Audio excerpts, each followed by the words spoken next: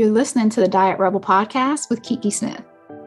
If you're a woman who hates the idea of having to choose between loving your body and changing it, then you are a diet rebel and this podcast is for you. In this podcast, we talk about everything from loving your body exactly as it is now to becoming the most fit, lean, and toned you've ever been, no matter how old you are, how many tiny humans you've birthed, or how many times you've lost and regained the same 15 or 50 pounds. Seriously, you don't want to miss it. So grab a snack, preferably protein-based, and sit back and enjoy this episode. If you're newer to lifting, or maybe just newer to lifting heavy, at some point you're going to wonder exactly how long is it going to take for me to see results from lifting. So maybe you're somebody who, whether you just started testing the waters, or you started doing some maybe like CrossFit or boot camps at your gym, or you found some workouts online here on YouTube or on Pinterest or something like that. Maybe you're starting to lift, you're loving it, but you're not seeing all those miraculous results that everyone else claims that they're seeing from lifting. And you're like, what is the deal? If that's you, then make sure you stick around, because today we're going to talk about 8 reasons why you may not be seeing results from your lifts. Reason number 1 why you personally may not be seeing results from your lifting, because remember, this is all personalized to you. So take these and we're going to analyze them and see how they fit to you. Reason number 1 is that you still aren't lifting heavy enough. Maybe that's you, maybe it's not, but let me explain a little bit, because maybe I just insulted you because you're like, look, the weight's heavy, right? Like I pick it up, it's heavy. I do the work, I feel the burn, it's heavy. What is heavy enough? So I'm going to give you a few caveats to figure out how, if it's something heavy enough for you, because what is heavy for one person may not be heavy for someone else. So one of the things to keep in mind is that your body parts all require different weights. So say you're doing a workout, I was going to say DVD, but that would date me, an on-demand workout on the interwebs. If you're doing some type of workout that you found online, maybe here on YouTube or something like that, something that's on demand, where maybe it's a very fast-paced workout and they just tell you at the beginning to just grab a couple of, sets of weights, like, okay, we're going to get one light and one heavy weight. Typically, that means that sometimes you're going to be hitting the nail on the head, and other times you're going to be missing the nail. So it's going to be very hit or miss, because something that is very heavy for your shoulders, say, I don't know what's heavy for your shoulders, 20 pounds, 30 pounds, 40 pounds, maybe something that is actually really light for a bigger body part, like your back, your legs, your glutes. So typically, the bigger the muscle, the heavier the load that it can handle. The smaller the muscle, the lighter load that it can handle. So where you may not be able to make leaps and bounds of increasing your weight for, say, your shoulders, you should be able to progress pretty smoothly, pretty rapidly, pretty steadily for something like your legs, your back, or your chest. When you're seeing those jumps, if you don't have the weights to be able to make those incremental jumps, then that's where the problem is going to lie. Because if 15 pounds is heavy to you at the beginning of a phase, then you should probably be somewhere around 20, 25 pounds for that same muscle group, considering if it's a bigger muscle group by the end of the phase. So every 4 weeks, 8 weeks, 12 weeks, you should be seeing strength gains and increases, especially if you're eating a sufficient amount of food and eating enough protein and you're in a periodized workout plan. So when you're working out in a way that is periodized, meaning it's changing things up every 4 to 6 weeks or so, you should be seeing some changes in your strength. So one of the ways to measure this is that whenever you're doing a workout phase, if the workout program calls for, let's say, 10 reps, and you choose a weight that you feel like you can do 10 reps with, but as you're doing your reps, you get to 10 and you feel like, I think I have a couple more reps left in the tank. Try it out and see. If you only have 1 or 2 more reps left in the tank, then the weight was probably perfect. If you have 3 to 5 reps left in the tank, then you need to pick up a heavier weight the next time. So that's one of the biggest ways that I would say to kind of have that intuitive judgment of whether or not a weight is heavier, it's heavy or not for you. So it's heavy enough if you can't do more than 2 reps beyond what the program that you're doing is requiring. It is too heavy if you're falling 2 reps short of what that particular one requires. If you can do well above and beyond, if you can do 3 or more reps past the actual required amount of reps, your weight is too light. It is time to increase. So when that comes to a smaller muscle, that means that perhaps using something as simple as weightlifting gloves or something like that can help you to add that extra like half a pound to the actual movement. Not weightlifting gloves as in the ones that help you not get calluses, but the ones that actually have weighted gloves. So just specifying there. Something like that can help you to increase if jumping the next 2.5, 5 pounds or whatever is too much of an increase. But make sure that you're always pushing yourself on those lifts, not to the point of absolute failure all the time, but like I say, with still having only 1 to 2 reps left in the tank. The second that it goes beyond that, if you just continue stopping at the appointed time just because the workout plan says that, but you have more reps in the tank, then pretty much you're no longer challenging yourself. And if you're not challenging yourself, you're not going to see the results that you want from that particular program.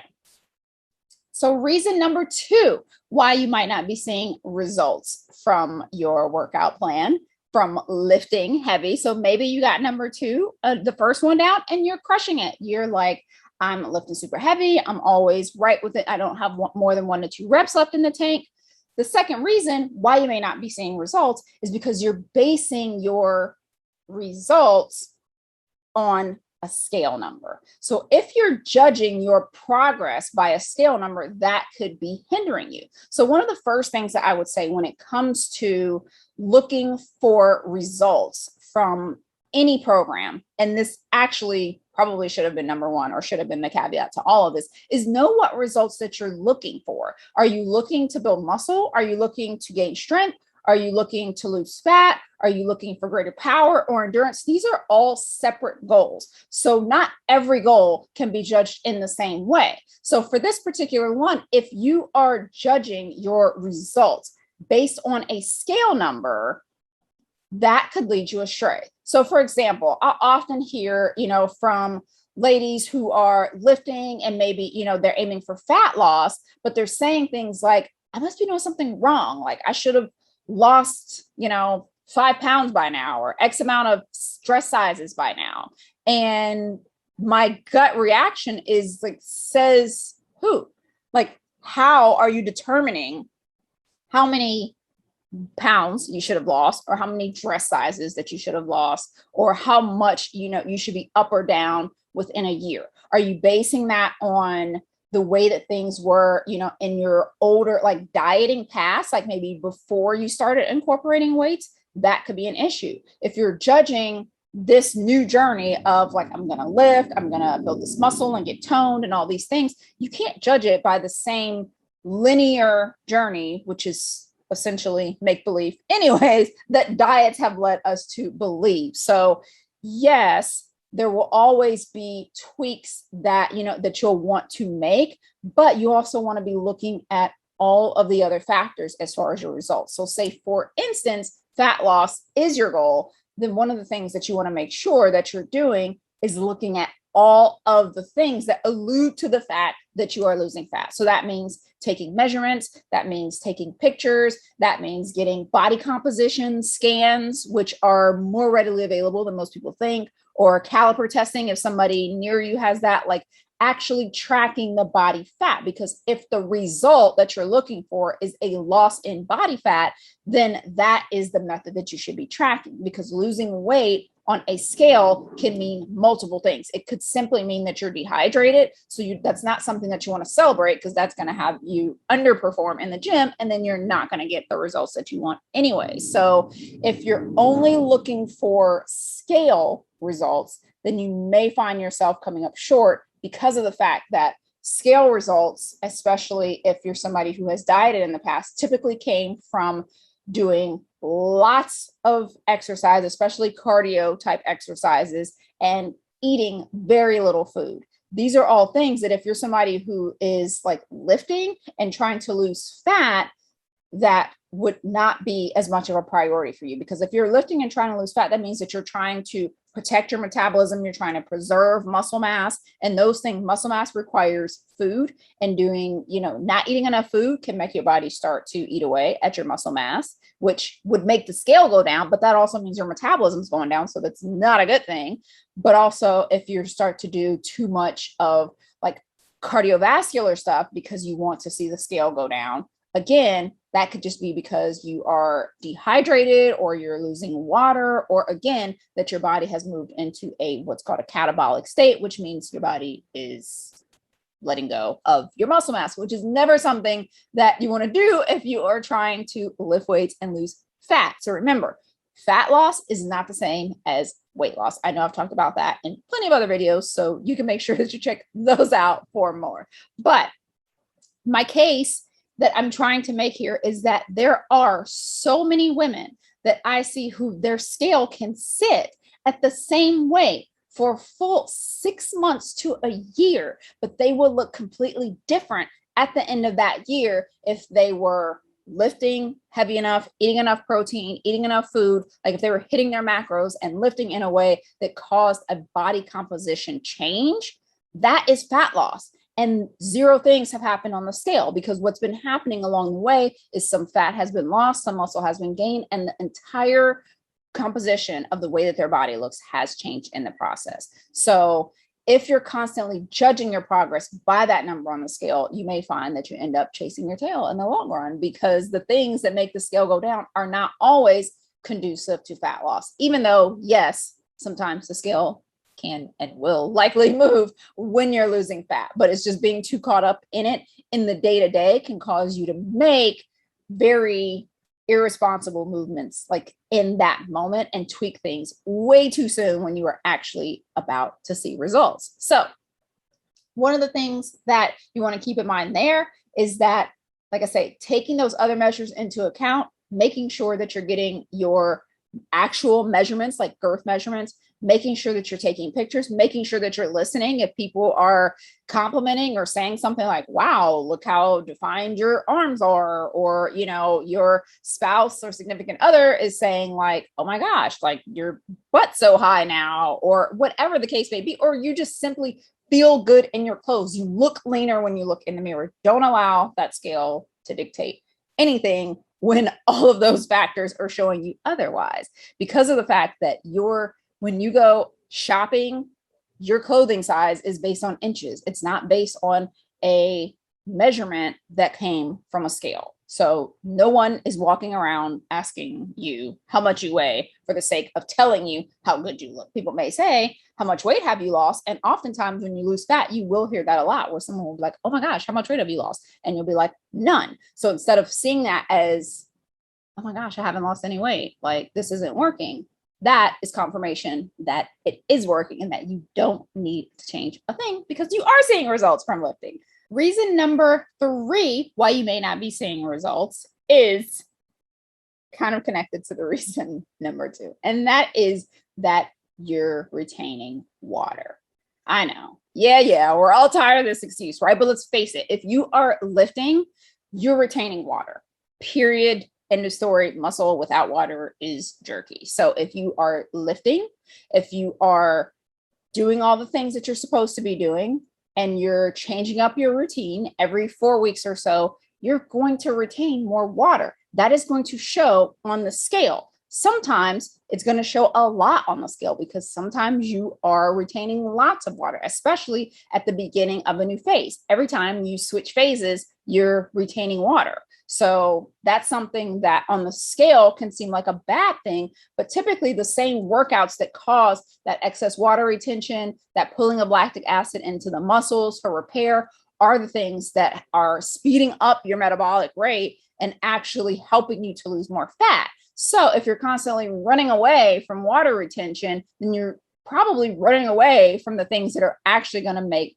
the biggest impact in your journey. So if you're lifting weights, if you're doing lots of like hit high intensity interval training, then you want to consider that that is going to end up being the cherry on top of your water retention Sunday. So if you are doing lots of lifting, doing lots of hit, that is water retention all day long. So you're typically going to hold about anywhere from 3 to 5 pounds of water probably at all times, which is not a big deal. And like I say, as soon as you have a rest week, then you'll probably see the difference. You'll have a whoosh and you'll go right back down to wherever you were before. And then the second that you start lifting again, it'll go back up. But again, that is only the scale. What is happening is still happening regardless of whether or not you are whooshing that water weight out from your lifting and hit workouts. Now, there are things that you could do to kind of like help it out a little bit, like throwing in a little bit of steady state cardio in order to help flush any, like your legs, if you tend to hold a lot of water there. But in general, if you're doing things to constantly attack the water retention, then you're probably not paying attention to the bottom line. So again, if doing a little bit of cardio helps your legs to flush out from like a heavy leg day, but you make the connection of the cardio is causing the scale to go down, then you stop doing the leg day, which is the actual metabolic work, and you start only doing the cardio, which, like I say, you may get that original whoosh, but over time, that's not giving you the bang for the buck factor when it comes to your metabolism that lifting does. So water weight is, it's a beast that we're dealing with. The more muscle mass that you have, the more muscle mass that you build, the more water that you will retain at all times. Like I said, unless you're on a rest week, or if you've been doing the same workout plan for 3 to 4 weeks or so. And typically that's right around the time that you should be switching things up anyways, which means that the scale is not going to be a super reliable source when it comes to actually figuring out if you're progressing. So does this mean that you have to give all, the scale dreams a rest? Maybe in the short term. What tends to happen is that typically once ladies relax into that fact and they're not so bothered by the day-to-day of the scale, the day-to-day of the water retention, they're not spending all of their time tweaking their diet, tweaking their exercise, doing all these things to flush the water out. That tends to happen a little bit more naturally, because one of the things that we don't tend to realize is that stress causes a ton of water retention. So if you're constantly stressing about your water retention, you're actually going to add more water retention. And then all of the maneuvering of the diet and exercise just makes things get even crazier. So if you are totally concerned about it and you're wondering if it's from the lifting that's causing the water retention, take a few days off of lifting, anywhere up to a week, and see what happens. If the scale goes back down, make a bigger connection, not the connection that lifting made you gain weight, but the connection that you're just holding on to water because of the fact that you're lifting. So that's just something to take into consideration as far as reading the scale and seeing that progress, and as far as thinking that you're not making progress because of the fact that you're retaining that water. So sometimes that can be an issue when it comes to your pictures as well. So if you're doing the things that I said in the last tip of taking the pictures and taking the measurements, and maybe you're retaining a ton of water because you're doing lifting workouts on top of hit workouts on top of lifting workouts, and you're not really giving your body a break from the anaerobic work, you could have, pumped quite a bit of water into your system. So just giving it a break for a little bit to be able to see the progress sometimes is all you need to keep going. But that doesn't mean that the progress isn't happening all the time. So that is something to think about, especially if you're somebody who tries to wear jeans after leg day. Your legs might be a little bit more swollen. Maybe stick to leggings on leg day so that you're not doubting and like, what is happening? Why are my legs getting bigger? Because it'll go back down after a little while. Another reason why you may not be seeing results from your workouts is that you're not doing compound movements. So this goes back into the movement aspect. So the same way that you may not be seeing results if you're not lifting heavy enough, another reason why you may not be seeing results is because you're lifting, but you're not doing compound movement. Compound movements are things that work multiple body parts at once. So instead of, say, a lateral raise, which is only working one part of your shoulder, you would be doing a overhead press. when you're doing an overhead press, you're also working your triceps, you're working your shoulders. It's working multiple things at once. So when multiple joints are involved in a movement, then you're going to get more out of that movement. The same thing goes for a bicep curl versus doing a pull-up. A bicep curl is only one movement. You're only doing this. You're isolating the movement. That is an isolation move. A compound movement is a pull-up where you're here and you're pulling up. You're still working that bicep, but in the meantime, you're also working your forearms, you're working your back muscles, you're working multiple things at once instead of just isolating the bicep muscle. A lot of times when women first start getting into lifting, they're doing a lot of biceps, triceps, maybe some like glute work or something like that, or calf raises, crunches, things of that nature that only work one thing. If you are able to prioritize movements that are compound, that are working multiple muscle groups at once, hitting multiple joints at once, you're going to get a bigger bang for the buck from that movement. Does that mean that you can't do bicep curls and tricep kickbacks and all the like? Of course not. You can still do those things. Just consider them accessories to the main chunk of the workout. And so whenever if you're getting a plan from somebody else and there's a mixture of compound and isolation moves on there, if you ever had to cut the workout short, the parts that you would cut out would be that isolation work because of the fact that the compound move is going to hit multiple things at once. So make sure you're getting lots of compound movements into your workouts because those are going to make the biggest shifts in your overall body composition. The next reason why you may not be seeing results from your workouts, especially your lifting workouts, is because maybe you're not hitting the entire body enough times per week. So just like with compound moves, especially newbies should focus more on hitting their overall full body workouts multiple times per week. As you become more advanced in lifting, a lot of these things changes. So a newbie would lean more towards compound moves like we talked about in the last tip. A newbie would also lean more towards doing full body workouts versus what's considered to be body part splits, whereas you have an arm day and a leg day and a chest day and a back day or something like that, versus splitting the body part up and maybe only having one leg day out of the whole week. When you're newer to lifting, it's better for you to hit that muscle group multiple times per week. So that's going to cause you to see results from your workouts a lot faster. So instead of hitting chest once a week, back once a week, legs once a week, like the old school bodybuilder type splits, which are still great and they do them. And the people that are inside of my workout app will get these types of splits. So if you are in the workout app, disregard what I'm saying right now because your workouts were periodized to the point that you had these full body moves before you got to this part.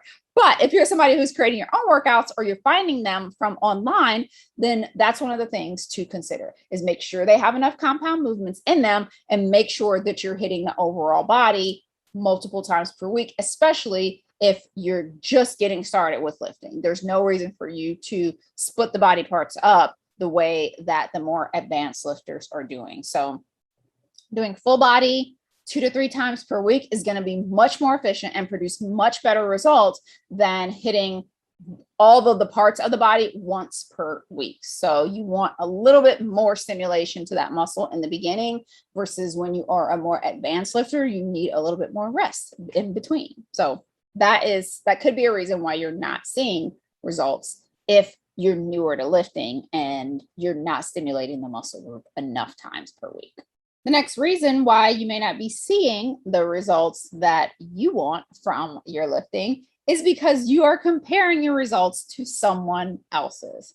So I know that we all know that comparison is a thief of joy, but we still do it, right? So understanding that when you're comparing yourself to someone else, you have to look at the bigger picture. So if you feel the need to look around and find inspiration or find an ideal body goal to shoot for, you want to make sure that it aligns with you. So for instance, I am 5'2" on a good day. It doesn't make much sense for me to go and be inspired by someone who's 5'6", 7', 8", and they have like longer limbs. The way that their muscles look completely different on them than the way that my muscles are. I can only gain this much weight before I go out. Like it doesn't spread out all over my body. So there's lots of things going on there that doesn't correlate. If you're somebody who's had multiple children and you're looking at someone who hasn't had any children or something like that. So it's really about understanding the entire picture of what it took for that person to get there versus just doing a one-to-one comparison as looking at the person in your newsfeed and thinking that you will get that same body that they have by doing the workouts that they have. Most of the people that you see in fitness magazines on Instagram, especially those that have been around for a while, just that they've been around for a while. So even if they put out a new 30-day program, should you do that program? Sure. If you like it, you want to try it, do it. But you will not look like them in 30 days. So that is very important because of the fact that if they looked that way before they created the program, the likelihood of you looking that way from simply doing that program is going to be very slim. That's also to take into consideration other people that are doing the program. There is a reason why when all of the fitness programs started, when like P90X and all that stuff burst on the scenes, and when you have all of these workouts that are out there now, there's always the caveat of results not typical. Or if you look even deeper, it'll say this person did 4 rounds of this 12-week program. 4 rounds of a 12-week program is a year. So if you only do it for 12 weeks, then there's going to be a little bit of a difference there because they did it 3 times more than you did. Plus, you don't know where they were before they started. You know, did they already have a baseline of lifting where they already, did they already have some muscle? And often what a lot of people don't realize, especially in the bodybuilding world, is that it's very common for people who know better to do what's considered to be a bulk and a cut. And that bulk is where the before picture is taken, but a bulk is a muscle building phase. They build tons of muscle under there so that when they go into their cut, they reveal the muscle. If you are looking at someone who has done that, but you have not put in the muscle building time frame that they have, then you cannot expect to have the same cut results that they have, even if you followed everything else to a T. So there's so many caveats when it comes to comparing yourself to somebody else that you really want to be careful and make sure that it's as much in alignment as possible to your lifestyle, your background, your diet history, if you are trying to use their results as kind of that like jumping off point for what you're striving for. If not, then the best thing is only to compare you to you. That means that you're going to figure out your own speed. You're going to figure out how long things take for you. And instead of being upset with them, you're just going to look to your own behaviors to see what you can do to tweak them. Because there's nothing to be upset about when you accept that your behaviors are yours and that your results are yours. If you don't like your results, you can change your behaviors, but don't compare somebody else's timeline and how long it took them to yours, because then you will constantly looking in the mirror and saying, I don't see results, instead of actually making yourself see what is happening and what results are happening for you. You may be seeing results and you don't even realize it because you're expecting your results to look like somebody else's. So hopefully that helps you out a little bit. If you have an issue and you know that mentally it's hard for you to look at somebody else and not compare yourself, then get up close and personal with the unfollow button. It's a thing. Or snooze them for a while. If you're old and on Facebook like me, you can snooze the person and make sure that you don't see their stuff as much until you are in a better mental place to be able to accept it. The main thing is to not keep images, whether it's magazine, TV, Facebook, Instagram, whatever. Don't keep images around that make you feel bad about yourself and feel like you're not progressing, especially if it causes a little bit of dysmorphia in the way that you see things. If you're unable to look at your progress and actually celebrate when something is happening, whether it's you lost half an inch, or, your body fat percentage went down, or you're noticing that your pants don't fit as snug as they used to, or whatever it is, you are making progress toward your goal. If the things that you're surrounding yourself by are not inspiring you towards that goal, but rather they're making you to feel bad about your own progress towards the goal, then I suggest taking a break from them just for a little while to see if you can fix the mental part of it first, and then turn back to those and see if you could be inspired by somebody's progress instead, and think like, well, if they did it, I can. If you can't look at something from that perspective, then try not to have it around, period. And also that comes to like looking at pictures of your own self too. If you're 50 and you're comparing yourself to when you were, 15, that might be unfair, especially if you hadn't fully matured yet, you hadn't hit your peak muscle mass yet, like all of these things hadn't happened, and the 15-year-old you didn't have any kids and now you have 5 kids. Like that is something to take into consideration, that it would be a longer journey to come anywhere close to that. And I mean, I don't know, why would you want to? Really, you have the opportunity to look so much better and be so much better because you've learned so much more since then. Reason number 7 why you may not be seeing results yet is that you are not being consistent. Love it or hate it, without consistency, none of this will ever come together. So if someone lifts, gets frustrated because the results aren't coming fast enough, and then they go back to cardio machines, guess what? They're going to be convinced that nothing is working. And that's because they haven't been consistent enough with one thing before they switch to the next. If someone increases their calories because they want to build muscle, but then they get panicked every time the scale moves and they're like, what if it's not muscle? What if it's just fat? And they lower their calories and stuff again. They're never going to allow themselves to see the results that comes from increasing calories and building this muscle. You're never going to allow yourself to see what happens when you're consistent with lifting in a periodized fashion in order to change your body composition. You're only going to see what happens when you do these temporary things. Therefore, you're going to convince yourself that nothing ever works. So being able to get yourself to a place where you can stick to the phases that you're doing. That means if you're in a strength phase, be in that strength phase for at least 4 weeks before switching. If you're in an endurance phase, then be in that phase for 4 weeks without switching. If you're in a muscle building phase, same thing. Like stick to it for a predetermined amount of time. Tell yourself before you start that this is how long I will do this before I check to determine whether or not I see progress. If you don't give yourself that deadline, if you don't give yourself the time period of like, until this time comes, I am just going to lean into the behaviors that get me the results, you will never see the results. So it's one of those things that it's a catch-22, because we kind of want results to prove themselves to us before we continue to go all in on the behaviors, when it actually works in reverse. You have to go all in on the behaviors first. You have to give those behaviors enough time to work, and then you can analyze them and see, okay, now doing this behavior for this amount of time produce this result. If I don't like this result, which part of this can I change? Do I change the behavior or do I change the length of time? Because if this is what the result is, if I want twice that result, then I need to do 2 of something here. I either need to double down on this behavior or get more consistent at this behavior, or add on a new behavior if this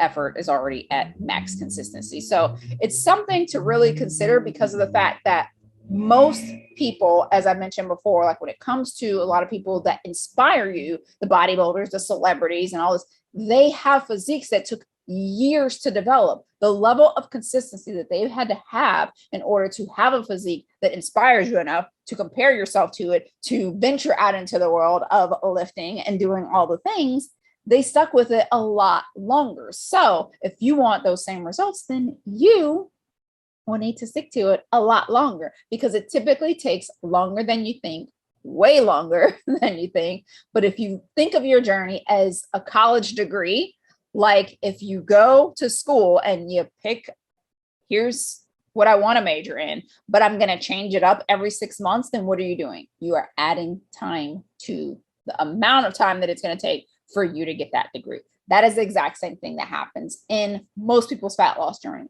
They spend more time changing up the strategy than on executing on the first strategy and receiving the results of following the behaviors of that strategy. So if you plan on seeing some impressive results, then you got to buckle down. You got to make the decision. You got to do the hard things, and you have to stick with it. When you're doing that, you're going to see the results. But constantly doubting and thinking that things aren't working creates that exact outcome. Things don't work.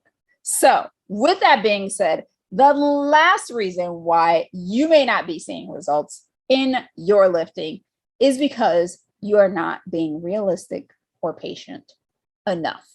Maybe you think you're being patient, but if you're doing what we just talked about in the last one and you're switching things up during that time, yes, maybe a lot of time is passing, but because you aren't patient with the individual phases, you aren't seeing the results of the bigger picture. So maybe you're somebody who came into this journey, you realize I've lost tons of muscle. I need to replace that muscle so that my metabolism can speed up, so that I can start losing fat again, so that I can get to my ultimate goal. That's a lot of that's a lot of steps there. And being inconsistent or impatient at any one of those, say that very first one of I need to rebuild this muscle so that my metabolism speeds up.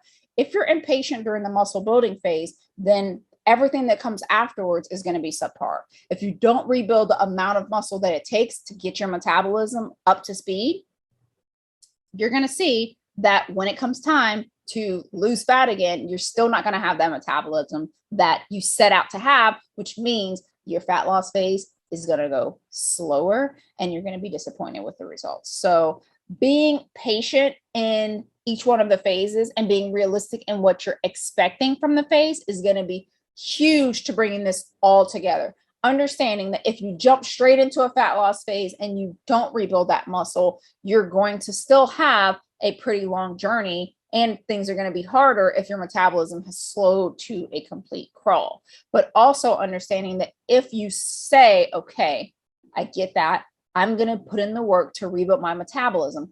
When you switch over into that metabolism reset, muscle rebuilding phase, you have to have patience in here and you have to be all in, not analyzing this phase by the results of this phase. That means not sitting in your metabolism reset in your muscle building phase and being upset that you're not seeing the results of a fat loss phase, because that is not the phase that you're in. You're in this phase. So whenever you're in a specific phase, you want to be patient and giving that phase that dedicated time that you decided ahead of time, and then also being realistic with what you expect during that time.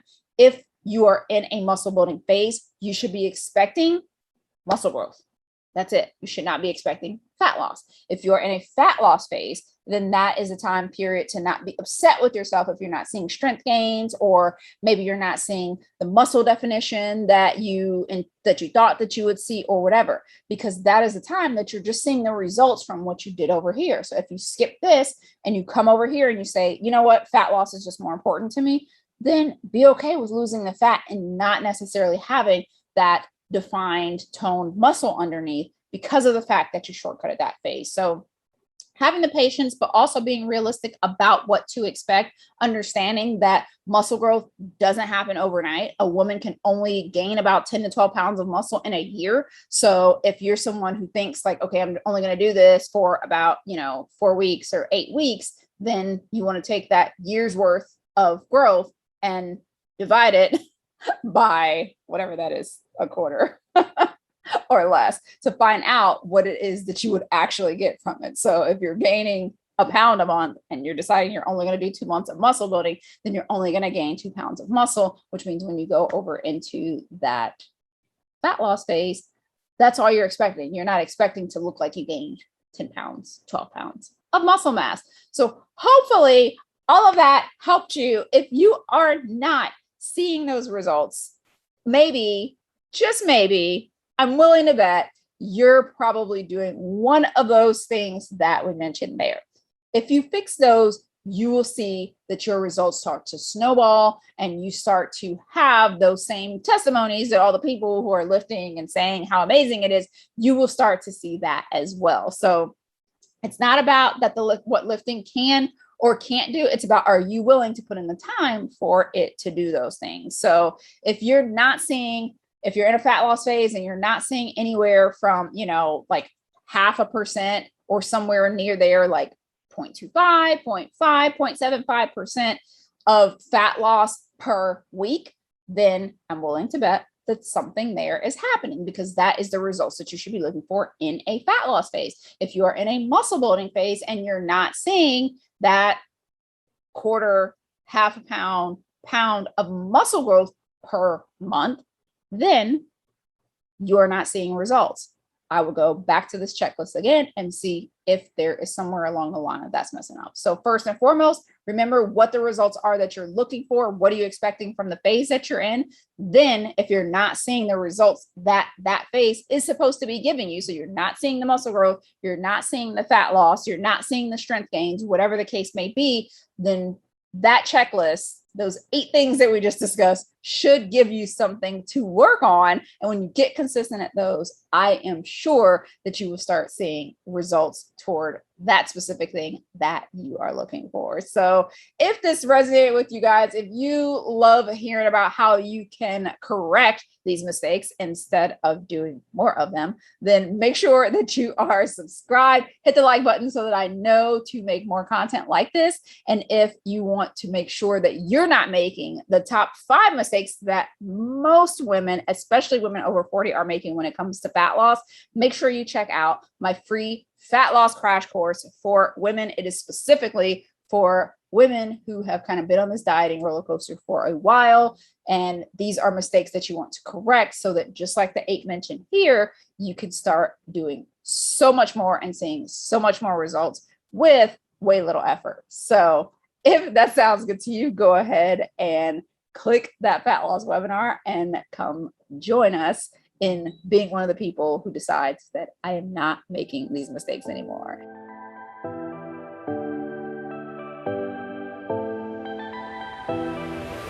And that's a wrap. Thank you so much for joining me for another episode, and make sure you keep in touch. So whether that's through DMs or email, I would love to know what you felt about this episode, or if you have topics that you'd like me to cover in future episodes. You can DM me on Facebook at EM2WL, or over on Instagram at eatmore2wayless, or via email at info@eatmoretowayless.com. If you're completely new to the Eat More to Weigh Less process, you can also grab our quick start guide at eatmoretowayless.com/start. See you next time.